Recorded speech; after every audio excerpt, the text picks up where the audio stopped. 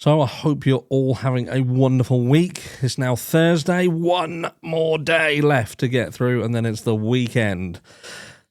Not sure if that means a lot to you guys. It doesn't mean a massive amount to me, as my weekends are pretty much the same as weekdays. But before we go any further, let's just check on the road. Where you going, rodent? Rodent, where you going? Where you going, rodent? That kind of gives you the impression that I'm kind of poking him, but it's just kind of camera. Hello. Anyway, enough of that. Into the meat and potatoes.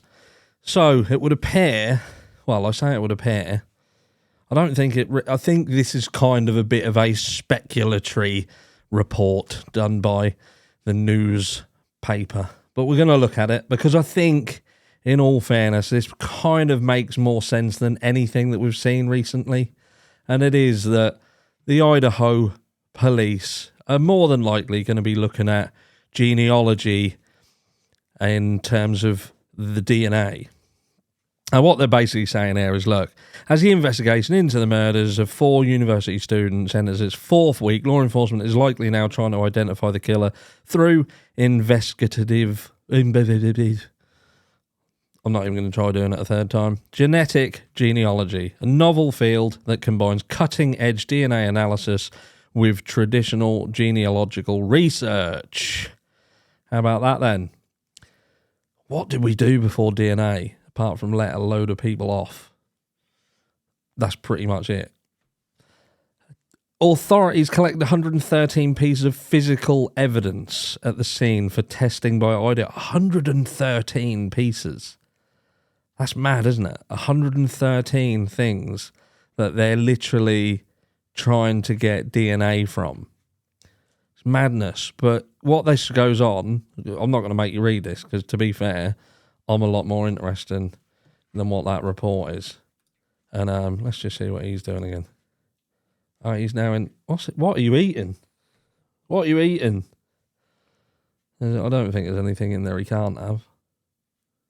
Excuse me. Oi. What are you eating? A bit of his toy. Brilliant. So, there's a lot of speculation at the moment. They're talking about this car. There's people going on about these arrests in the background. They're on about the light that could have gone on and then gone off on the body cam footage. And look, I have had time to think more about that, you know. And I was thinking to myself, look, he could have been, or she, could have been switching that light off or on, then off again to see where his target was. If he was looking to try and attack one of them and not the other, we do know that Madison and Kaylee in the dark would have been hard to distinguish between them. So perhaps that light was turned on and then off again to get the right target. Who knows? Or was there someone else in that car? Now, there's rumour that that car was seen, again in the body cam footage, there's a light on the side road. Now, was someone waiting in that car? And is that why they said passengers or, you know, occupants, possibly? And were they on a clock? Is that why we found 2 sort of people who were okay, you know, the survivors? Was it because he was on a clock? Was the light flashing to tell the car to go around the front of the property? Was it always the intention to go out of the front door? Again, complete speculation, but you have to wonder, was there 2 people? Was someone a getaway driver, and was that car parked down the side to keep it out of the way, and then was it taken round to the front to allow them a quick escape? Did they literally pull right up to the door and they got in and left? But look, it does look, as time progresses, unless there is some major fuck-up here, someone speaks to someone and someone drops them in it, because I can't see the killer talking.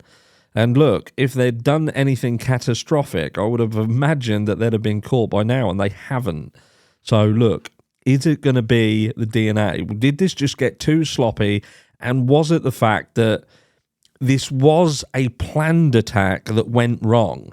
Now, did Ethan make this situation turn into something it wasn't supposed to be? And is this where it got out of hand? And is it going to be in that confrontation where the mistake is found? And is this genealogical DNA search going to bring us the conclusion that we want? Time will tell. Who knows? But it's certainly something that there is now to consider. We've got some bullets left to fire into this. It's not all over, and we could indeed get a win without the need of the perpetrator to make any more mistakes. Let me know where you are with it all, and I'll catch you all in the next one.